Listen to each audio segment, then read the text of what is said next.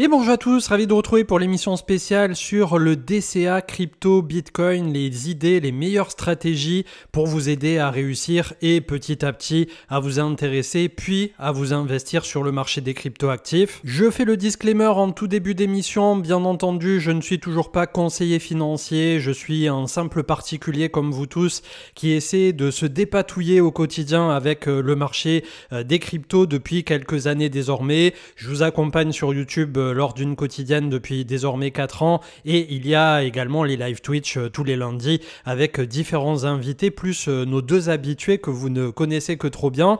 Donc voilà pour les disclaimers et nous partons donc pour cette aventure et cette émission dédiée autour du DCA crypto, comment le mettre en place pour rentrer, comment le mettre en place pour sortir également. C'est des questions qui sont revenues un nombre incalculable de fois et la première question qu'on se pose tous quand on arrive au marché crypto ou même au marché tout court quand on a investi, puisque désormais il y a pas mal de boursicoteurs et on l'a vu notamment avec l'explosion suite au Covid en 2020 quand tout le monde était bloqué à la maison, on a énormément de personnes qui se sont mises à la spéculation et qui ont découvert par corollaire les marchés financiers. Donc qu'est-ce que le DCA? Le dollar cost average, certains disent dollar cost averaging, donc ça revient exactement au même et comme son nom l'indique en anglais, c'est une technique extrêmement basique que bon nombre de particuliers utilisent déjà afin d'épargner au travers du temps et ce sans même en avoir conscience. Donc en gros, pour résumer, c'est une épargne programmée.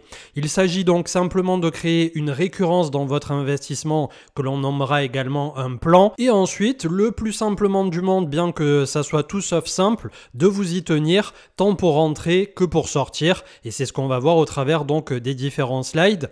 Comme pour le livret A, vous pouvez par exemple investir et définir un investissement de 50 € mensuel sur Bitcoin ou sur ce qu'il vous plaira. Ça peut être sur une action, ça peut être sur les métaux précieux. Enfin voilà, vous pouvez faire absolument tout et n'importe quoi. Ce que je dis aujourd'hui est vrai pour le marché crypto, mais ça peut l'être également tout à fait vrai pour n'importe quel marché.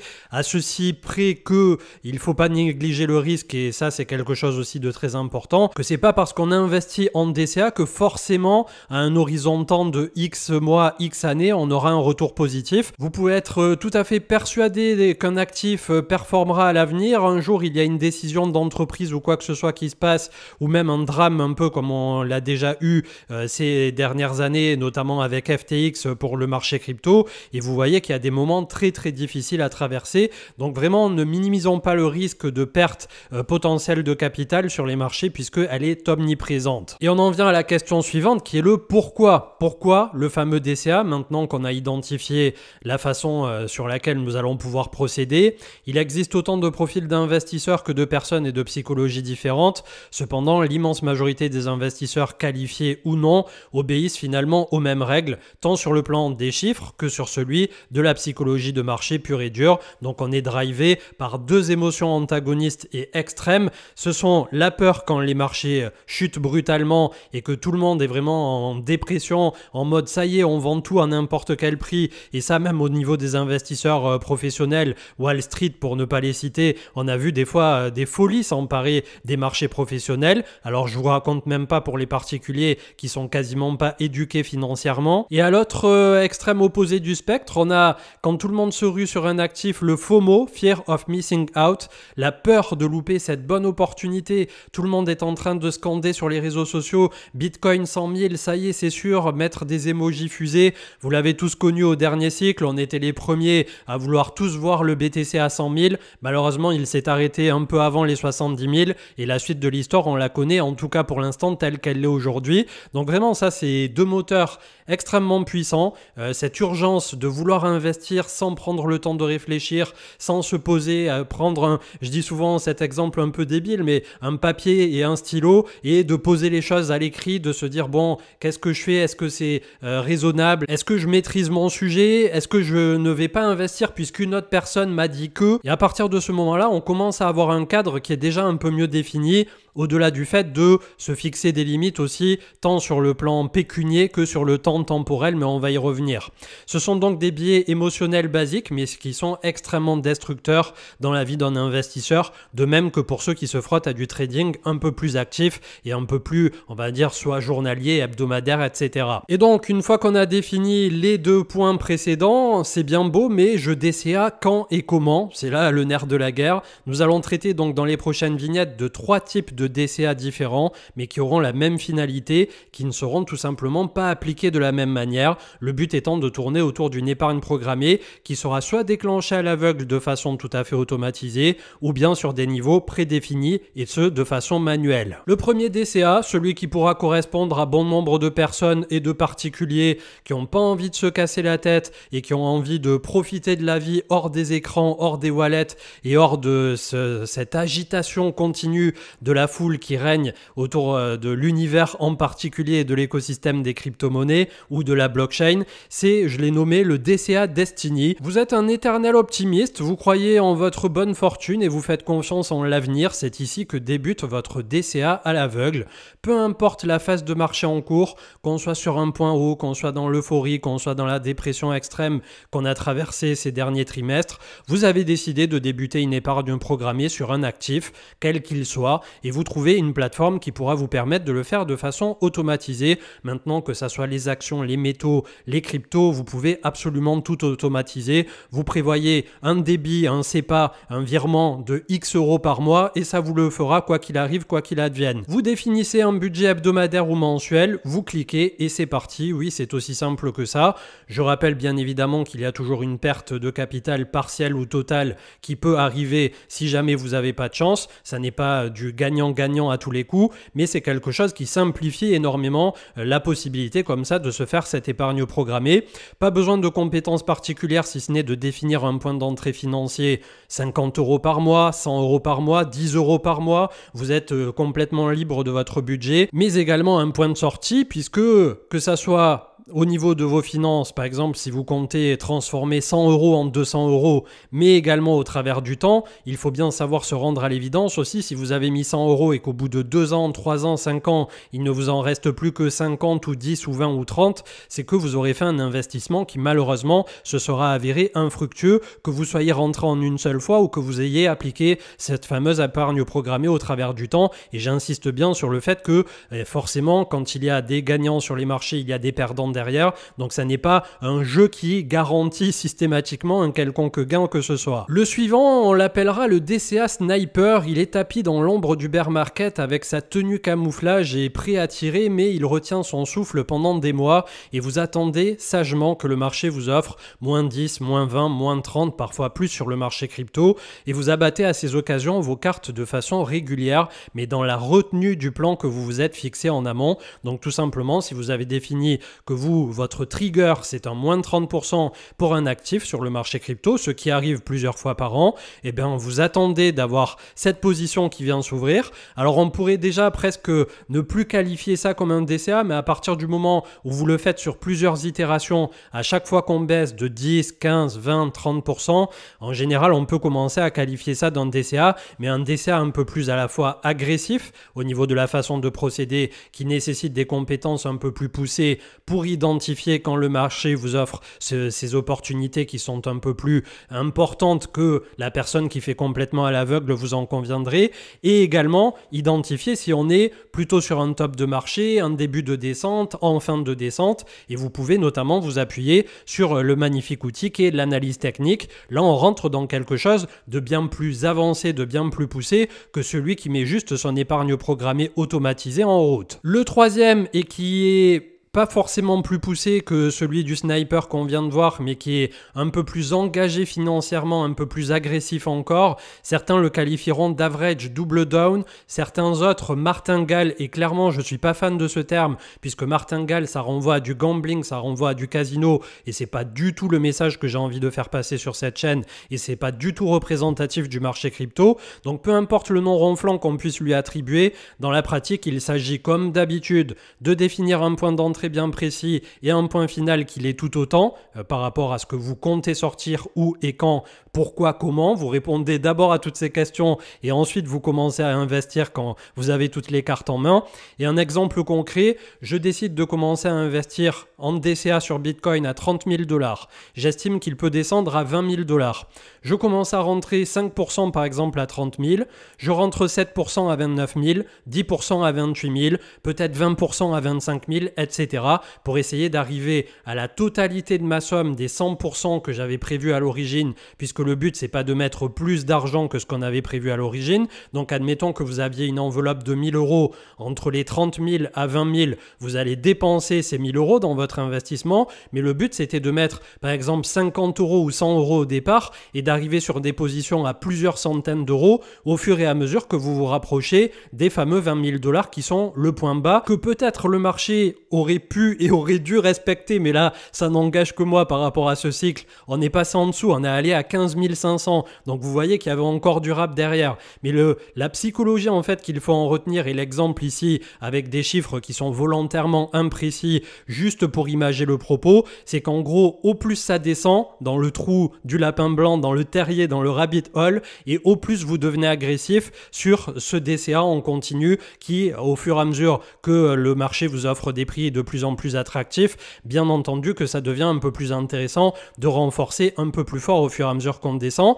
Là aussi, finalement, la problématique de ça, c'est que vous allez renforcer très fort au fur et à mesure que le prix dégringole, mais admettons qu'on ne se serait pas arrêté justement à 15 000, qu'on soit allé à 10 000, est-ce que si vous vous étiez fixé 30 000 à 20 000 en recharge, vous n'auriez pas continué à renforcer au-delà de ce que vous aviez prévu, entre 20 à 15 ou peut-être 15 à 10 si on était allé jusqu'à 10 000? C'est là la question, c'est là l'engrenage maléfique de cette stratégie. C'est pour ça que pour moi je la mets en troisième position. C'est quelque chose qui peut fonctionner, mais pour des personnes qui sont bien câblées psychologiquement, qui ont déjà traversé des cycles, qu'ils savent ce qu'ils font, qu'ils savent qu'ils ne tiltent pas avec l'argent, potentiellement des ex-joueurs de poker ou des trucs comme ça. Et là on peut commencer à parler de stratégies un peu plus solides comme celle-ci, où il ne va pas y avoir cette peur, cette crainte derrière qui va vous faire tout et n'importe quoi. Donc comme on vient de le voir, trois façons de faire, mais finalement quelle sera la vôtre? Bien entendu, ces trois exemples ne sont qu'un trio au milieu d'une immensité de profils, d'envie et de moyens différents, puisque là aussi, pour avoir été au contact de vous, de dizaines, de centaines de milliers de personnes différentes ces 4 dernières années, il y a d'autant plus de profils que de personnes. Pour autant, il y a tout le temps un peu la même psychologie qui revient, donc on peut s'appuyer sur des bases. Le but étant de prendre le temps de définir quelle est votre façon d'investir, celle qui vous convient, avec laquelle vous êtes totalement à l'aise. C'est exactement ce que je dis d'ailleurs quand on me demande « Ouais, CM, toi qui as essayé toutes les plateformes, maintenant que tu as un peu de recul avec les années, est-ce que j'utilise Binance? Est-ce que j'utilise Bitpanda, Swissborg, machin, bidule ?» Je dis, la réponse elle est tout le temps la même, ça va être systématiquement la plateforme sur laquelle vous êtes la plus à l'aise. Et pour être à l'aise, la plupart du temps, il faut en tester 2, 3, 4, 5 et au bout d'un moment, c'est un peu comme quand on essaie des banques en ligne, banques physiques, etc. Il y en aura une qui vous plaira, il y en aura une qui sortira du lot, qui s'adaptera un peu plus à vos usages, qui sera complètement sécure par rapport à l'offre qu'elle vous propose et à partir de là, ça deviendra un choix tout à fait logique. Le but étant également derrière d'avoir quelque chose qui vous permettra de venir au dernier point essentiel que nous allons aborder dans quelques instants, c'est d'être en adéquation avec votre plan d'entrée, oui, mais surtout avec celui qui va vous permettre de sortir gagnant en plus-value du marché, puisqu'on va traiter du DCA de sortie, et c'est quelque chose qui m'a été réclamé là aussi ces temps-ci un nombre incalculable de fois, bien que je me pose toujours la question de personnes qui savent tout à fait DCA pour rentrer, mais qui ont l'air d'avoir un souci, une retenue en tout cas, j'irai pas jusqu'à dire que c'est un blocage psychologique, puisque là aussi ça va être du cas par cas, mais pour vendre un actif derrière et pour commencer à sortir, même lorsqu'ils sont en plus-value, ça devient pour certains quasi impossible d'appuyer sur le bouton vendre. Donc beaucoup d'investisseurs qui ne réfléchissent pas au moment d'investir, car il est souvent beaucoup plus facile de mettre de l'argent sur un marché financier que d'en sortir. Cependant, c'est une composante essentielle qui vous permettra de faire fructifier votre capital et donc votre patrimoine. N'oublions pas que quand vous prenez des profits, allez, on va prendre un exemple complètement au pif, un exemple qui a été le mien sur le dernier cycle. J'ai vendu des Ethers et d'ailleurs j'étais allé m'en plaindre à un de mes confrères après en DM lors d'une discussion privée. J'avais vendu des Ethers à 2900, 3500 $ dans ces eaux-là. Personnellement, je sais pas vous, mais j'ai pas été ce génie des réseaux sociaux qui a vendu ses Ethers à 4850,90, le top extrême de marché, comme on voit parfois passer des captures. C'est assez hilarant, vous en conviendrez. J'ai vendu mes Ethers, et pas la totalité, autour de 2009 à 3400, 3500 $. Quand je l'ai vu à 4009 quasiment, je suis allé vite en DM à dire mais qu'est-ce que j'ai fait? L'erreur d'une vie, regarde les Ethers, tous ces Ethers que j'aurais pu encore faire fructifier. Et là, on est totalement dans un de ces biais psychologiques dont je vous parlais sur Twitter la dernière fois et dans la dernière émission YouTube, des biais de frustration. Et ça, vous allez en avoir, mais au quotidien. Pour autant, quand j'ai vendu un Ether à 2009 et un autre Ether à 3005, est-ce que quand au cours du bear market, il a touché 880 $, j'étais pas content d'avoir mis ces 3005 et ces 2009 de côté? La réponse, une fois qu'on a ce côté du spectre du bear market, est bien entendu que oui, j'étais ravi d'avoir pris mes profits et d'avoir coffré, entre guillemets, comme on dit, cet argent pour me permettre de re-rentrer comme ça pendant le cycle baissier. Pour autant, au moment où j'ai pris ces profits et que j'ai vu Ether s'envoler de quelques centaines ou milliers de dollars supplémentaires, je m'arrachais les cheveux sur le moment de me dire mais quelle décision absurde tu as prise. Donc le rappel et qui fait mal, finalement, c'est la statistique à l'appui d'une majorité écrasante de 80 à 90% d'investisseurs particuliers qui perdent de l'argent sur les marchés. Alors je sais qu'il y en a plein qui sont pas d'accord avec ça, puisque quand tu dis à une personne qu'elle investit sur un marché financier, qu'elle a 8 à 9 chances sur 10 d'y laisser son argent ou d'y perdre à minima des plumes, évidemment que n'importe qui de normalement constitué va te renvoyer d'un revers. Mais non, tu dis que des bêtises, c'est absolument pas possible. C'est des statistiques de plateformes de trading ou d'investissement. Donc finalement, j'ai même pas besoin de prouver mes dires. C'est quelque chose qui a été obligatoire d'un point de vue des publications des plateformes, rendu obligatoire par la zone euro dans un premier temps, et ensuite chaque pays rajoute ses propres règles. Mais en tout cas, je peux vous garantir que ce sont des statistiques officielles. Et on arrive déjà à la fin, dernière vignette, et pour autant, ça va prendre encore un peu de temps puisqu'on va voir que sur la psychologie tant que sur un exemple concret. Il y a encore quelques pas à faire pour arpenter le chemin correctement, comme le dirait Morpheus. Vous êtes rentré par exemple en DCA de 30 000 à 20 000 sur Bitcoin et vous avez un prix de revient médian qui est à 25 000 $. Jusque-là, je pense que tout le monde peut suivre. Vous pensez que plus tard, le Bitcoin, le fameux BTC, atteindra à minima son ex-point haut de 69 000, pour pas dire 70 000 pour arrondir, et peut-être même un jour la fameuse target théorique qui, pour ma part, je pense, arrêtera le cours assez net, peut-être même avant, les fameux 100 000 $ et plus. Et de la même façon donc que vous êtes rentré en DCA petit à petit au fur et à mesure que le temps passait sur votre épargne programmée, le but va être de récupérer, et ce le plus rapidement possible, votre placement, c'est-à-dire la somme initiale des 25 000 $ que vous avez mis sur un prix médian en faisant votre DCA de 30 000 à 20 000, je rappelle, et en fonction de votre tolérance au risque. Puisque, admettons que vous ayez déjà un gros capital et que vous ayez un Bitcoin entier à 25 000, admettons que sur les 25 000, vous vous dites « Ok, si un jour le marché dévisse complètement, je m'autorise une perte sur ces 25 000 de 5 000 $ par exemple. » Eh bien, dans votre tête, vous avez déjà ce fusible de vous dire « Ok, je vais pouvoir récupérer dans un premier temps 10 000, 15 000, 20 000, mais je ne vais pas récupérer la totalité de la somme. » Tandis qu'une personne qui va vouloir se sécuriser complètement, on peut envisager de commencer à sortir à plus 100%, c'est-à-dire autour de 50 000 $, puisque vous avez 25 000 $ de prix médian de revient sur votre position pour rappel, et vendre ces fameux 50%. Lorsque votre Bitcoin que vous avez acquis pour un prix moyen de 25 000 ira à 50 000, vous vendez 50%, vous récupérez les 25 000 que vous avez mis sur la table, et vous avez toujours la moitié, les 25 000 restants, qui ne sont plus que des gains que vous pouvez laisser tourner et petit à petit prendre les profits partiels au fur et à mesure à chaque fois que le marché rajoutera 5 ou 10 000 $ du côté du BTC, toujours selon le risque que vous êtes prêt à prendre. En général, c'est vrai que sur le marché crypto, on va plutôt parler en dizaines de pourcents que 5% par 5%, mais il y a des personnes qui vont se contenter de 5, de 10, de 15%, et je respecte aussi tout à fait, puisque comparativement au marché traditionnel, inutile de vous dire que rien qu'une performance de 10-15% annualisée, et dans les cryptos ça peut paraître risible, mais quand on compare au reste, c'est déjà assez extraordinaire. Donc le but derrière, c'est petit à petit comme ça de faire votre DCA de sortie. J'espère que c'est relativement clair pour tout le monde. Et le but ultime, c'est de sécuriser soit en stablecoin, si vous avez décidé de les garder, ou de changer en fiat derrière. Selon votre pays, vous allez avoir par exemple en France la flat tax à 30% ou plus si vous êtes considéré comme un professionnel des marchés, ou tout autre placement alternatif, comme la vidéo qu'on vous a proposée en octobre 2021 au moment où on a fait le second top de marché qui s'est révélé en définitive être le top final du cycle haussier sur comment sortir du bull run. Et c'est une vidéo qui a été vue déjà 50 000 fois, mais que je ne peux que vous conseiller puisqu'elle n'a pas pris une ride. Et en plus, je m'étais pas fait avoir à ce moment-là, alors que j'étais pas très loin de l'inclure à cette vidéo. Je n'ai pas parlé du fait de mettre à travailler les stablecoins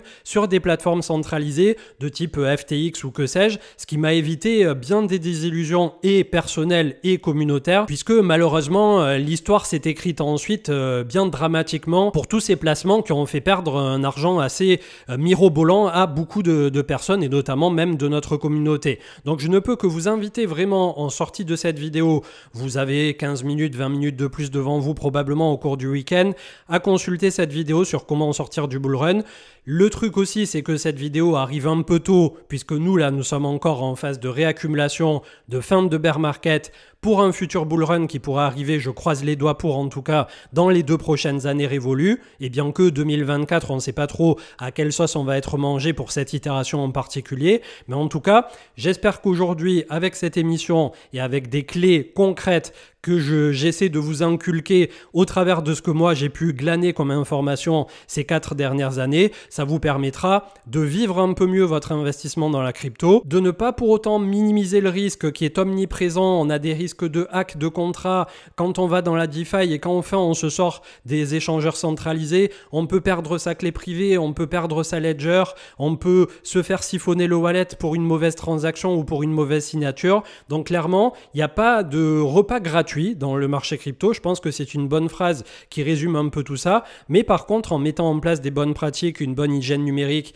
et une bonne façon de faire tant pour entrer que pour sortir, je suppose que vous serez de votre côté un peu plus enclin à vous placer du côté des 1 ou 2 sur 10 qui seront gagnants sur le marché crypto.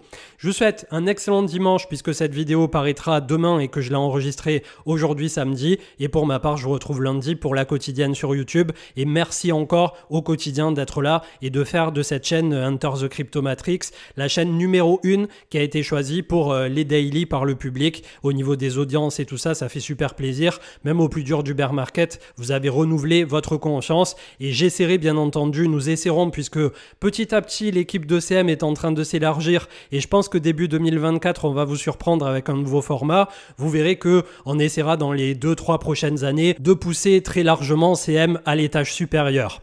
Très bonne journée, très bon week-end, très bon dimanche et je vous dis à lundi. Ciao ciao.